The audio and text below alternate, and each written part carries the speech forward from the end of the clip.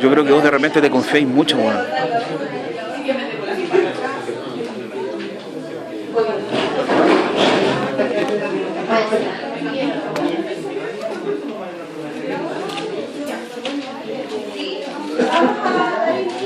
Vamos a comenzar con la unidad o el módulo 3, que corresponde a metabolismo celular. En este módulo lo que vamos a ver principalmente van a ser todos aquellos factores y todas aquellas características que están relacionadas con los principios básicos de obtención de energía por parte de la célula. Digo principios básicos porque vamos a ver los más comunes, que es el metabolismo aeróbico, que es la respiración celular, y vamos a ver también un proceso metabólico anaeróbico que está asociado, ¿cierto?, a conceptos de fermentación, que lo realizan, ¿cierto?, algunos microorganismos, y que lo realizan también algunos organismos eucariontes, como nosotros, ¿cierto?, que hacen un tipo de fermentación que se llama fermentación láctica a nivel muscular.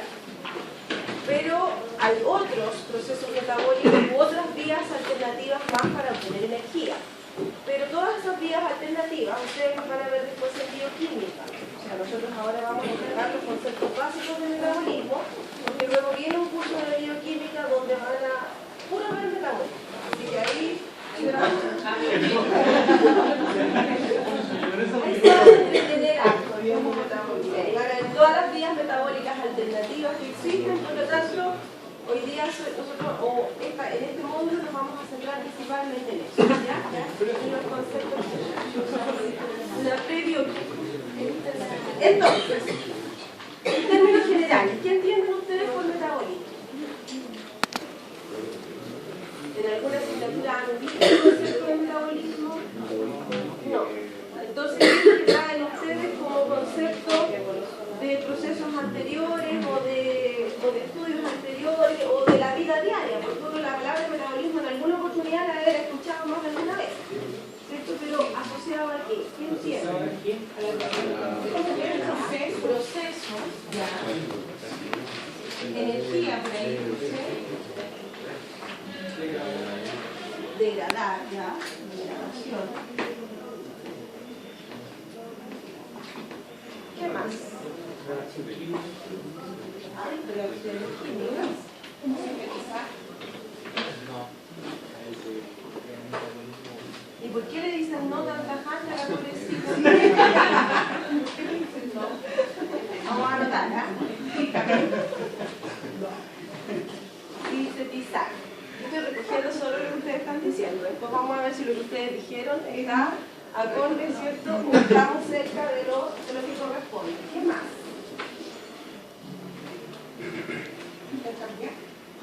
Intercambio, ya. ¿Nutrición celular?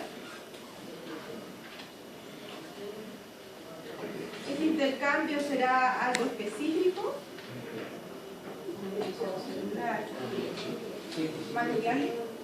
Intercambio de materiales,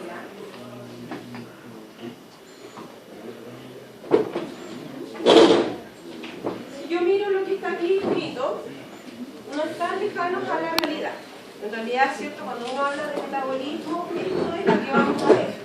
Lo vamos a ordenar, ¿cierto? Porque tienen ahí alguna idea que aparece por ahí, ¿cierto? Como concepto, pero ahora lo vamos a ordenar. Vamos a ver qué significa, ¿cierto? ¿Qué consiste? Pero efectivamente, está asociado a esto. Hay reacciones químicas involucradas, hay procesos químicos involucrados, procesos en los cuales hay degradación de moléculas, y hay síntesis de moléculas, procesos en los cuales hay intercambio de materia, procesos en los cuales hay energía involucrada y como concepto general asociado a lo que sería, ¿cierto?, la obtención de energía a partir de los nutrientes, ¿cierto? En términos generales, si uno lo analiza desde la parte macro, ¿cuáles son los nutrientes? ¿De dónde nosotros obtenemos los nutrientes? De los alimentos, ¿cierto? Nosotros no hacemos fotosíntesis, por lo tanto los nutrientes los vamos a obtener de la alimentación, ¿cierto? Entonces, esos alimentos que contienen los nutrientes, esos alimentos tienen que ser primero procesados por el organismo, porque cuando nosotros nos comemos un pedazo de pan, ¿cierto?, nos comemos un trozo de carne, no estamos obteniendo directamente el nutriente.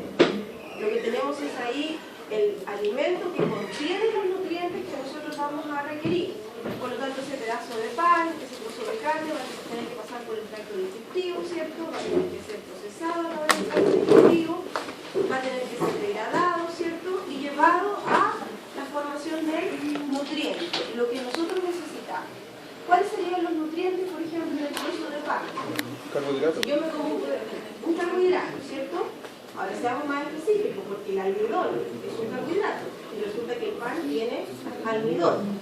¿Eso es lo que yo necesito específicamente, el almidón? No, transformarlo. ¿Qué es lo que necesito? ¿Cuál sería el nutriente?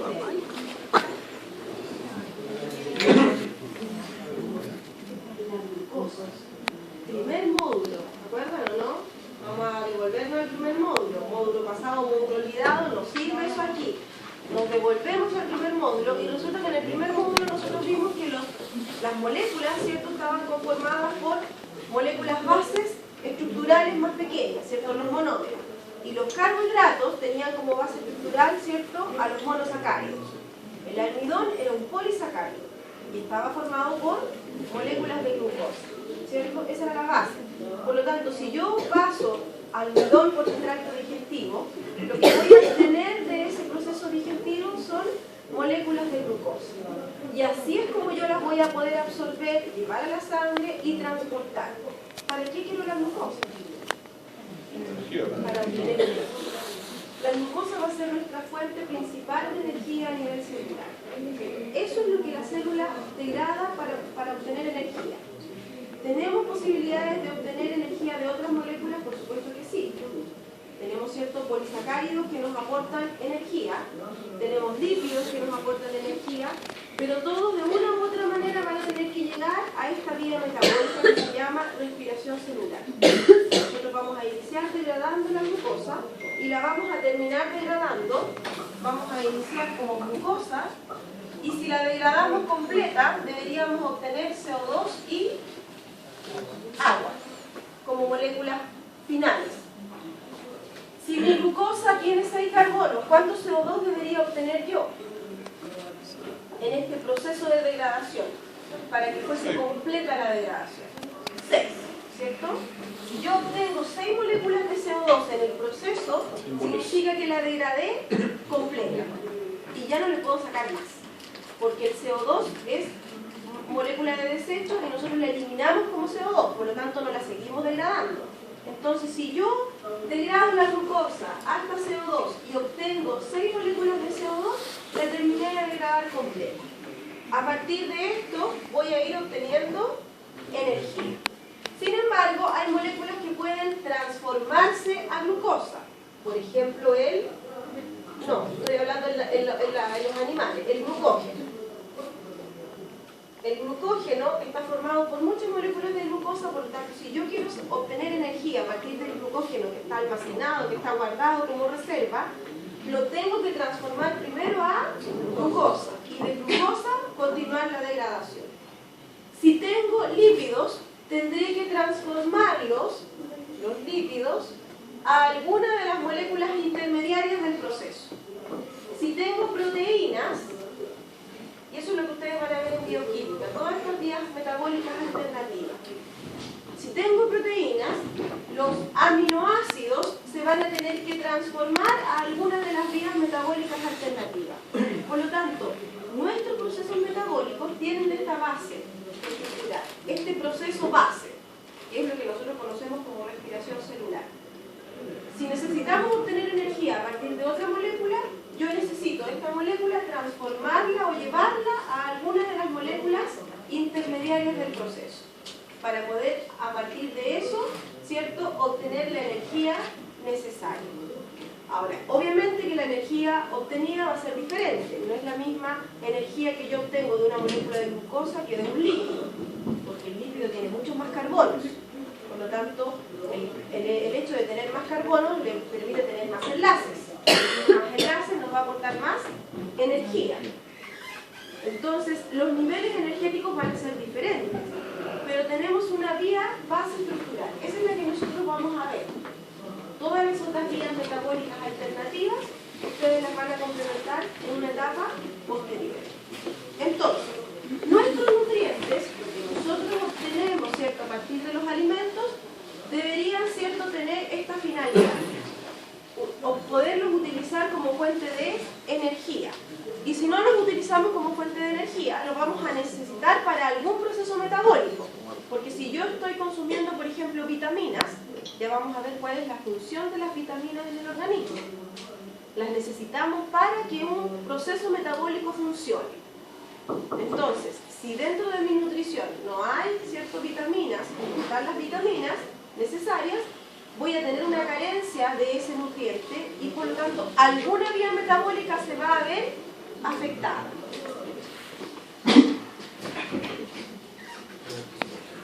Vamos a ver primero cuáles son los conceptos básicos de metabolismo que necesitamos manejar antes de entrar a los procesos metabólicos como tal.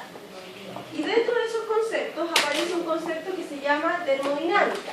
Vamos a ver cómo la célula forma parte o es un sistema termodinámico y vamos a hablar de los movimientos energéticos en los procesos de transformación. Entonces, ¿por qué aparece el concepto de termodinámica? ¿Alguien me podría decir qué es la termodinámica?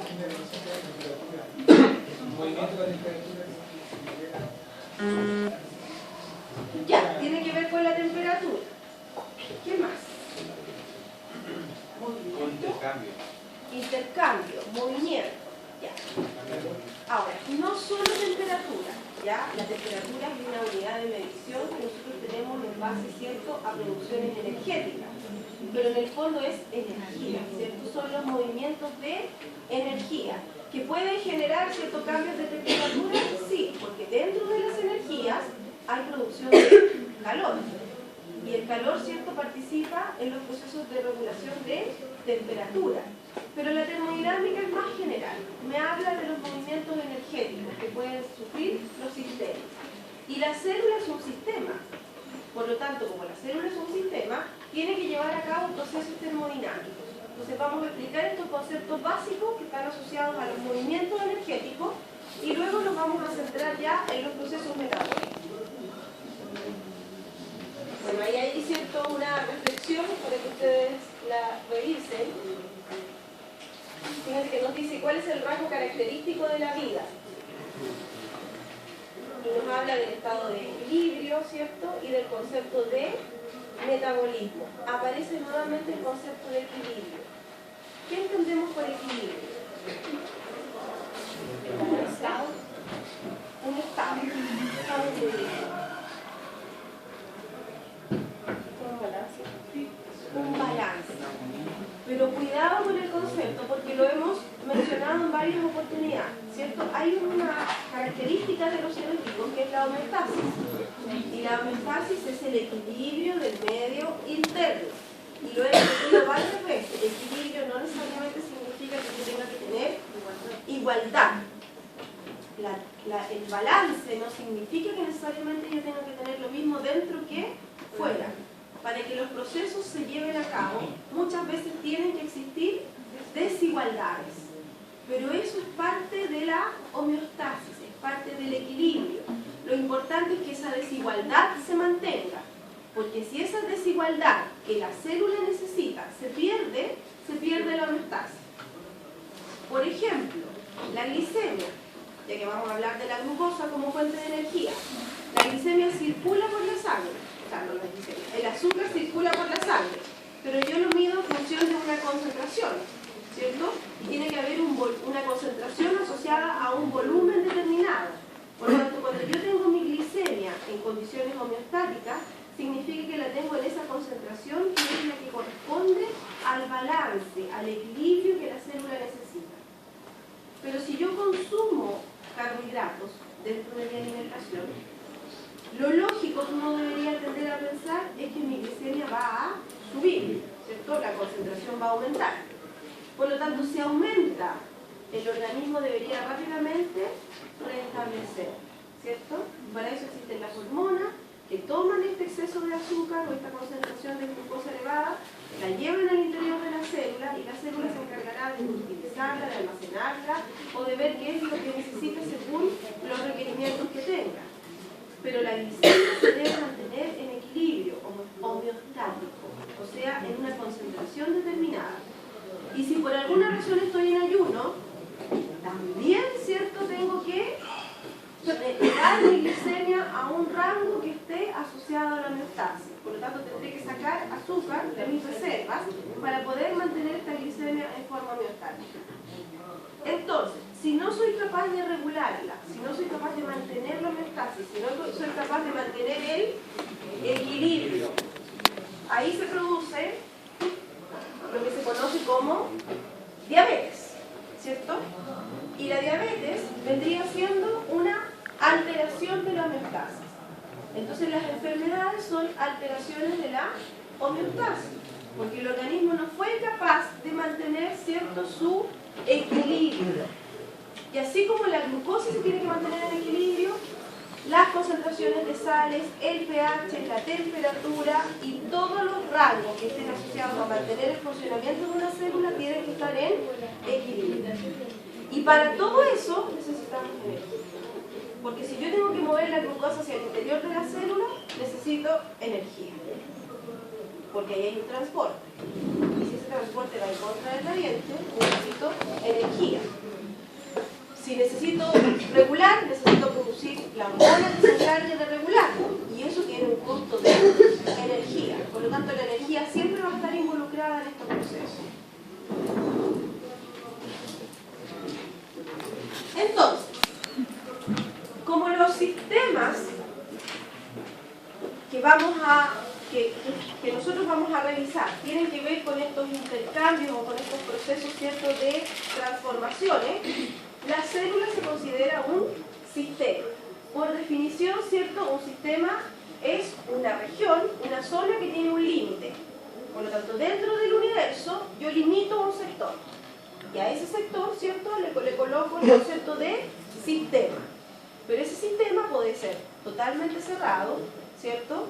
Puede ser aislado o puede ser abierto. Y la diferencia de concepto está en relación a cómo se relaciona ese sistema con el medio externo, ¿cierto? Entonces, tenemos sistemas que son aislados. Según la imagen, ¿qué representaría un sistema aislado?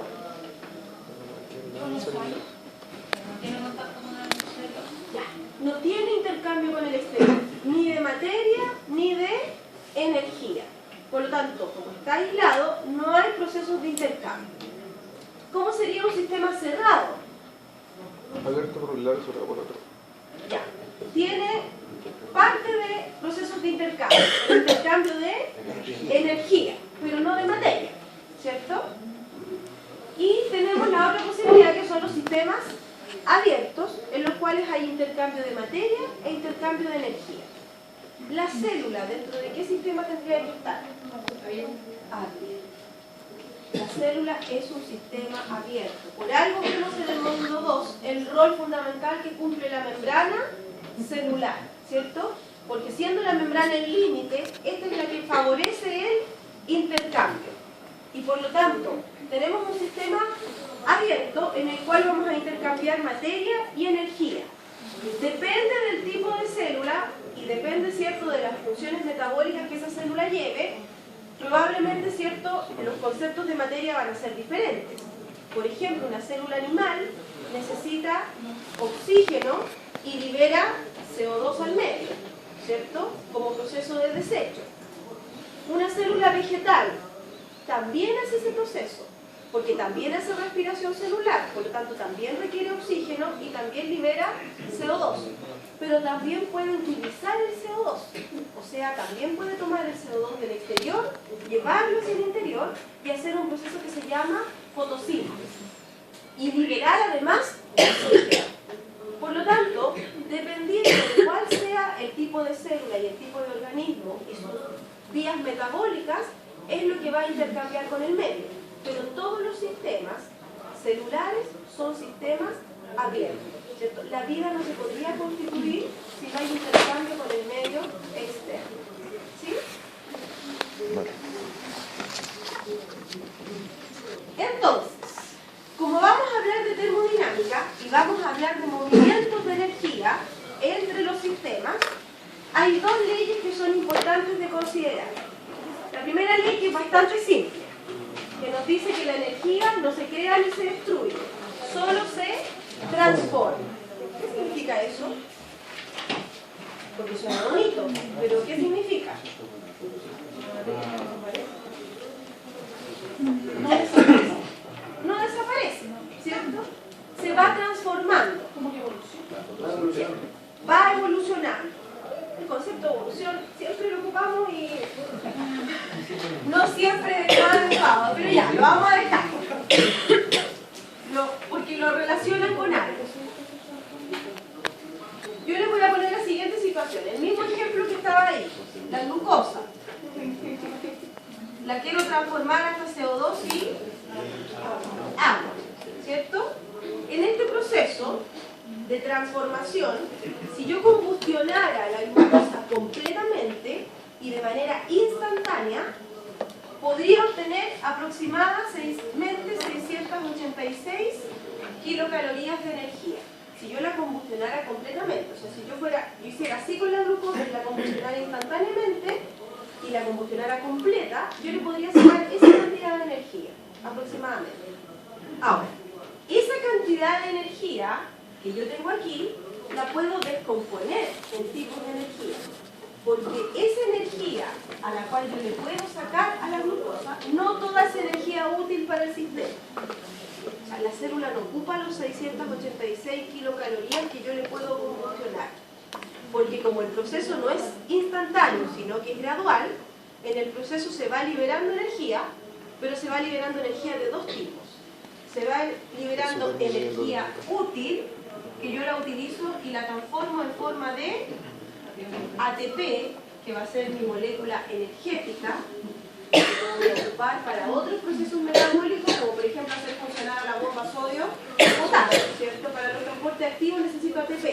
Entonces cuando yo estoy transformando y estoy liberando energía, esa energía que sale no la puedo dejar volando en el aire. La energía no queda volando en el aire, tiene que quedar almacenada de alguna manera. La almaceno en una molécula energética capaz de transportarla y de llevarla a otros procesos. Y esa molécula se llama ATP.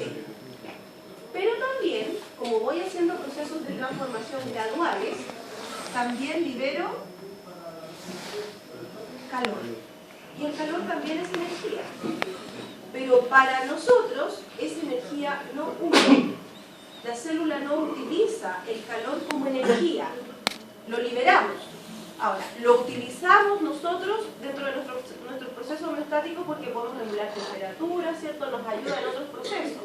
Pero para los procesos metabólicos, el calor no es energía útil. Es energía que se libera.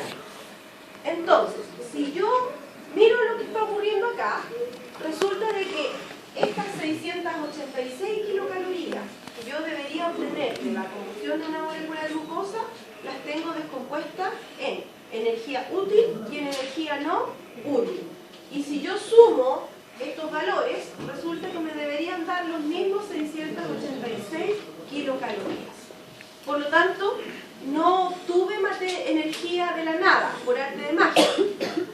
La energía no se creó ni se destruyó, solo hubo un proceso de transformación. Y dentro de ese proceso de transformación hay energía no útil, que es la energía calórica. Y ahí aplica la segunda ley de la termodinámica. Porque en estos procesos de transformación, ¿cierto? Parte de la energía que se libera en forma de calor. ¿Se entiende? ¿Sí? Diga.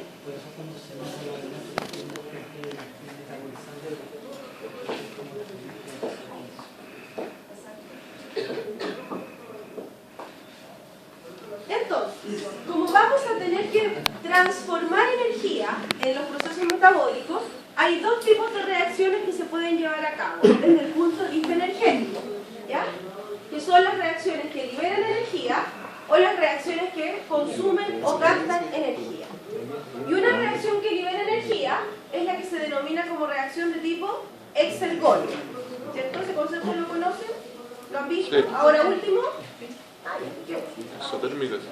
Entonces, cuando liberamos energía, hablamos de reacciones exergónicas. ¿Qué características tienen las reacciones exergónicas? Que parten con un nivel energético energético alto y terminan con un nivel energético bajo. O sea, en el proceso de transformación, la molécula con la cual inicié tenía un nivel energético alto, pero la molécula en la cual terminé, porque aquí hubo una transformación, ¿cierto?, termina con un nivel energético bajo. Si yo miro esto, que lo tengo representado aquí en la pizarra, la glucosa tiene más energía que el CO2. Por lo tanto, en este proceso hubo liberación de energía. Este proceso metabólico, ¿qué tipo de reacciones tendría? Exergónicas, ¿cierto? Reacciones que liberan energía. ¿Sí? Se les confunde con el exotérmico, pero eso tiene que ver con el calor. Se libera también calor. Pero como vamos a hablar de energía, exergónica. ¿Ya? Entonces, la respiración celular como proceso debería ser un proceso de tipo exergónico, porque está liberando energía. ¿Sí? ¿Y qué pasa acá entonces desde el punto de vista energético?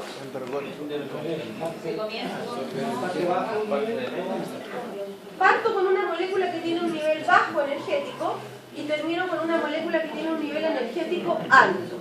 Por lo tanto, eso significa que yo tuve que incorporar energía al sistema. O sea, yo tuve que incorporarle energía a estas moléculas para poderla transformar en una molécula que tenga más energía. Ahí entonces aparecen los procesos de síntesis. Por ejemplo, si vamos a las células animales y yo consumo glucosa, la glucosa va a ser fuente de energía, pero si consumo mucha glucosa la tengo que almacenar, ¿cierto? ¿Cómo la almaceno como glucosa? Como grasa. Glucógeno. Por lo tanto, en una primera instancia como glucógeno y después la puedo seguir transformando como grasa, ¿cierto? Si es que tengo ya saturado mis células almacenadas de glucógeno. Por lo tanto, la glucosa la voy a transformar a glucógeno. De estas dos moléculas, ¿cuál es más energética? Glucógeno. Porque resulta que la glucosa es este circulito, pero aquí yo tengo miles de moléculas de glucosa. Por lo tanto, para formar el glucógeno yo necesité unir muchas moléculas de glucosa. Energéticamente, esta molécula es mayor. Entonces yo tuve que hacer un proceso de síntesis en el cual tomé moléculas energéticas de bajo nivel y las transformé en moléculas de nivel energético alto. Entonces tuve que incorporarle energía al sistema. Entonces esta sería una reacción es una reacción de tipo endergónica. ¿Se entiende la diferencia? Ya. Entonces relacionemos ahora con otras cosas, porque esto lo vamos a ir viendo siempre asociado a los procesos metabólicos. Si nosotros estamos haciendo procesos de degradación y estoy transformando una molécula de alto nivel energético en una molécula de bajo nivel energético, liberando energía, este es un proceso de degradación, ¿cierto? Los procesos de degradación se conocen como procesos catabólicos. Por lo tanto, el catabolismo vendría siendo un proceso de degradación en el cual participan reacciones de tipo exergónico. Porque estoy degradando y en la medida que estoy degradando, estoy liberando energía. Porque para poder degradar tengo que romper enlaces. ¿Se entiende? Vuelvo a repetir. Asociado a las transformaciones de energía, vamos a tener siempre transformación de materia. O sea, no nos podemos olvidar de eso. Aquí estamos viendo la energía, pero resulta que la transformación de energía depende de la transformación de materia. Entonces, si yo estoy partiendo de una molécula que tiene un nivel energético alto para terminar en una molécula que tiene un nivel energético bajo, esta molécula es más grande que esta. Por lo tanto, aquí hubo una degradación, ¿cierto? Eso sería un proceso catabólico. Entonces, los procesos catabólicos de degradación implican reacciones de tipo exergónico. ¿Sí? Entonces, ¿qué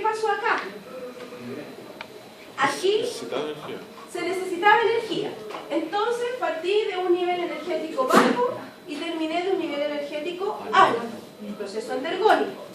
Pero desde el punto de vista de la materia, yo tengo una molécula que es más pequeña, ¿cierto?, que una molécula que está acá, que es más grande en cuanto a materia. Por lo tanto, aquí estoy haciendo un proceso de síntesis. Los procesos de síntesis se denominan procesos anabólicos. Y los procesos anabólicos implican consumir o gastar energía. Por lo tanto, están asociados a reacciones de tipo endergónicas. ¿Se entiende? Porque después vamos a analizar el proceso completo. Vamos a analizar desde el punto de vista energético y lo vamos a analizar también desde el punto de vista de la materia. Entonces vamos a tener que hablar de catabolismo o de anabolismo, de reacciones exergónicas o de reacciones endergónicas. ¿Se entiende? ¿Sí?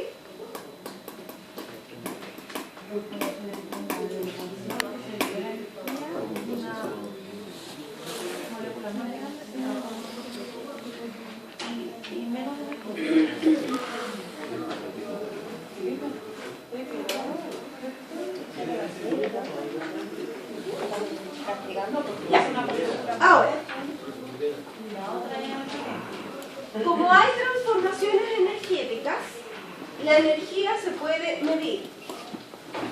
Y la energía se mide a través de lo que se conoce como el delta G, la variación energética de la reacción, que depende de la energía de los productos y de la energía de los reactantes, ¿cierto? Porque si yo parto con una molécula que tiene un nivel energético alto y termino con una molécula que tiene un nivel energético bajo, ahí hubo una sumatoria de energía o hubo una resta de energía. Por lo tanto, eso significa que voy a terminar con un nivel energético determinado asociado, ¿cierto?, a esta transformación de energía.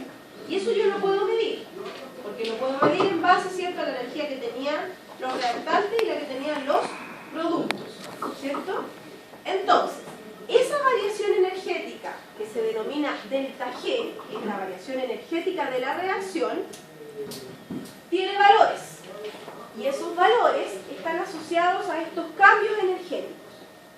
En las reacciones de tipo exergónica, dijimos que partíamos con un nivel energético alto y terminábamos con un nivel energético bajo.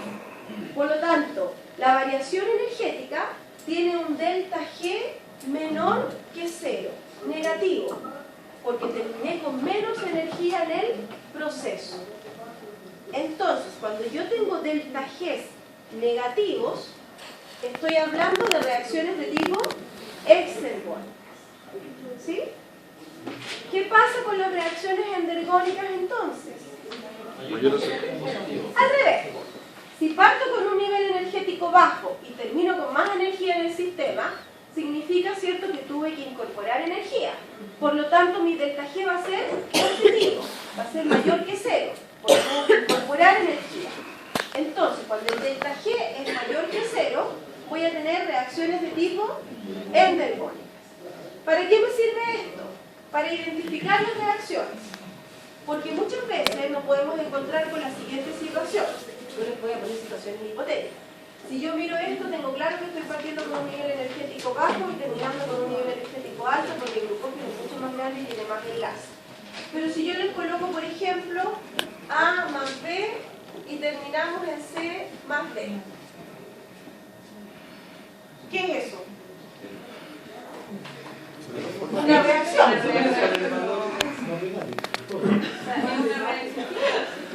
Una reacción química. Pero si yo le digo, dígame que si es endergónica o exergónica. Pero si yo le digo, esta reacción tiene un delta G igual a menos 0,4. Sería una reacción de tipo exergónica. Porque mi delta G es negativo.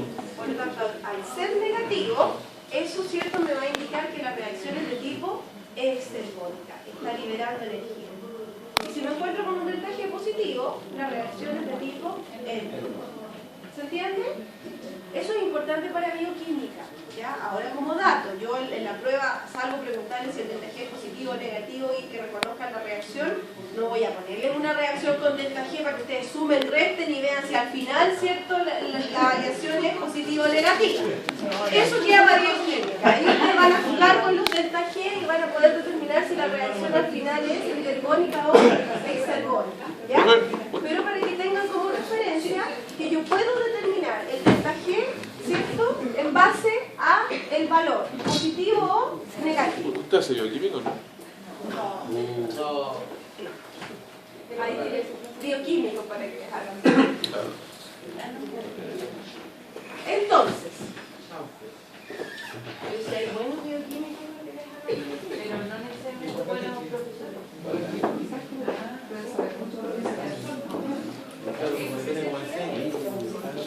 Pero está más grande.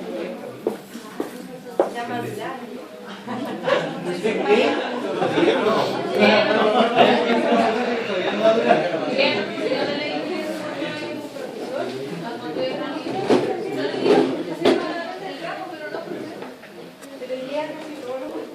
Sigamos con la energía. Compliquemos más la cosa entonces. Sabemos que podemos transformar cierta la energía y pasar de un nivel energético alto a uno bajo o de uno bajo a uno alto. Y eso nos representa la reacción, ¿cierto? Ahora le ponemos nombre a las reacciones. En vez de A, B, C, D, resulta que aquí dice que glucosa más oxígeno me permite terminar en CO2 y agua. El mismo ejemplo que yo puse en la pizarra, porque es lo que vamos a ver después, por lo tanto nos vamos familiarizando. Y eso nos dice que yo inicié la reacción en un nivel energético alto y terminé la reacción en un nivel energético bajo. Lo que está en la línea punteada es el delta G. Porque aquí inicié, aquí terminé. Acá inicié con un nivel energético bajo y terminé con un nivel energético mayor. Lo que está en mi línea punteada es mi delta G. Sin embargo, aparece otra energía mencionada acá, que va fuera del delta G, que se llama energía de activación. ¿Ya? Todas las reacciones químicas necesitan una energía de activación para que ésta se lleve a cabo. Es como invertir energía para que un proceso se pueda realizar. ¿Sí? Ahora, mi ganancia final es lo que me va a decir a mí si yo gasté más o al final liberé o obtuve más energía de ese proceso. Entonces, en este caso, partí con un nivel energético alto, ¿cierto? Terminé con un nivel energético bajo, pero igual tuve que invertir un poco de energía para poder activar la reacción. Sin embargo, la ganancia final energética, lo que se liberó, fue mucho más de lo que yo consumí como energía de activación. Por lo tanto, mi reacción sigue siendo de tipo exergónica, porque igual, ¿cierto?, liberé más energía de lo que yo tuve que gastar. ¿Sí?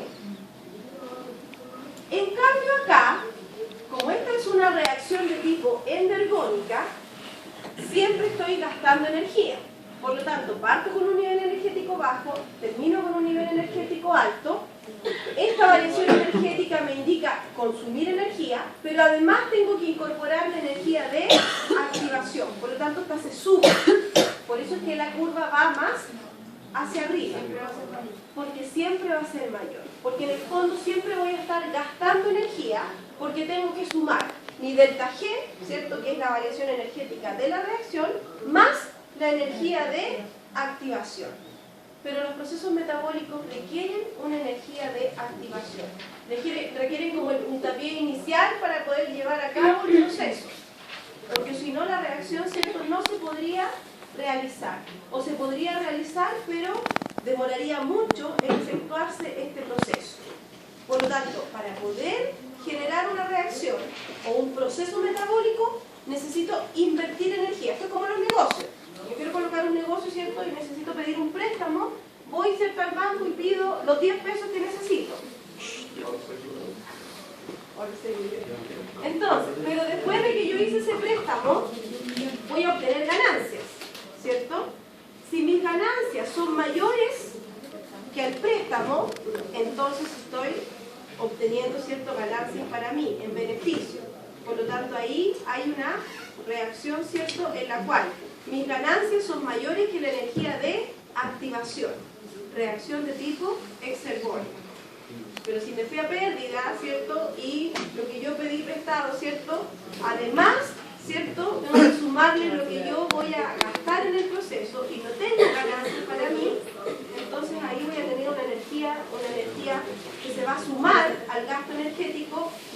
reacción, voy a tener entonces una reacción de tipo endotérmico. Pero igual necesito energía. Necesito energía en el sistema para que la reacción se pueda llevar a cabo. ¿Sí? Cuando veamos glicólisis, ahí van a entender esto de la reacción o de la energía de activación con más detalle. Ahora, dijimos que la energía que se libera de una reacción metabólica puede ser energía útil o puede ser energía no útil que se libera en forma de calor, ¿cierto? Que nosotros la podemos utilizar en otros procesos, porque depende, ¿cierto?, del organismo, es si ese calor lo puede utilizar o no. Nosotros lo utilizamos, por ejemplo, para regular temperatura, pero energía, desde el punto de vista metabólico, el calor no nos sirve. La energía metabólica que nosotros necesitamos para que la célula funcione es el ATP. Ahora, ¿de dónde sale el ATP? ¿Qué es el ATP? Adenosín trifosfato. ¿Estamos bien? ¿Estamos claros que es adenosín trifosfato? Menos mal que no me hicieron una asociación de tenistas y ya me ha pasado en nuestro curso. Estamos claros que estamos hablando de ATP y no de los tenistas. Estamos por lo menos enchufados, estamos en la clase. ¿Qué es el ATP? Molecularmente, ¿qué es? Una molécula que tiene... Bien, tiene fosfato, vamos. ¿Qué más? Tres fosfatos, muy bien. ¿Qué más?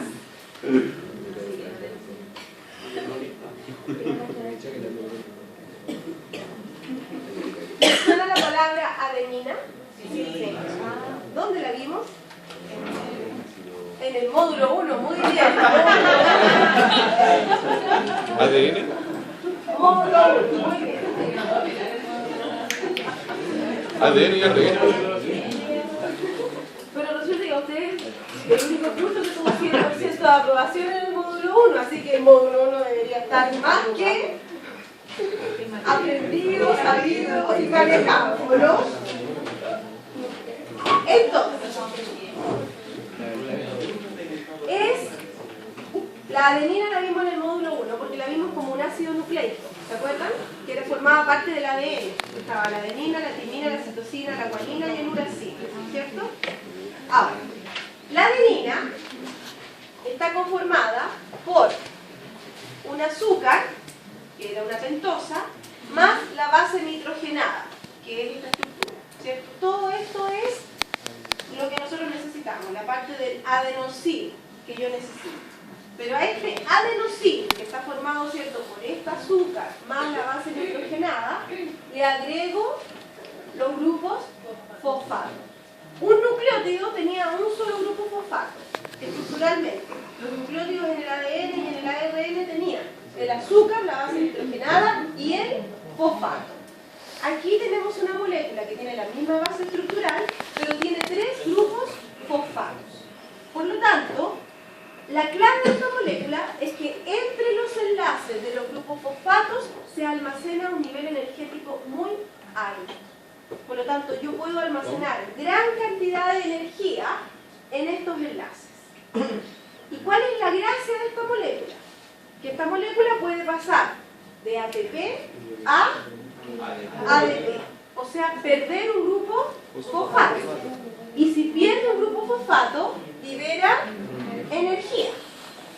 Y puede pasar de ADP a ATP. O sea, capturar o sumar un grupo fosfato y por lo tanto ingresar o incorporar energía. Exactamente. Es una molécula que puede pasar por reacciones de tipo reversible. O sea, reacción de síntesis o reacción de degradación. Por lo tanto, puede pasar por reacciones endergónicas y puede pasar por reacciones de tipo exergónicas. ¿Cuál es la característica de esto? Que se puede movilizar. Y como se moviliza, puede ir de una reacción a otra. Entonces, si yo estoy degradando glucosa, estoy liberando energía. Pero la energía no la estoy liberando y dejándola en el aire, sino que la estoy guardando. Entonces, ¿dónde la guardo? La guardo en el ATP. Entonces, tomo el ADP, le agrego el grupo fosfato y la energía que se incorporó de esta reacción me permite sintetizar ATP. Pero el ATP no se queda con esa energía, va a una reacción que requiera energía y por lo tanto este ATP se vuelve a transformar en ADP y al transformarse en ADP le aporta la energía que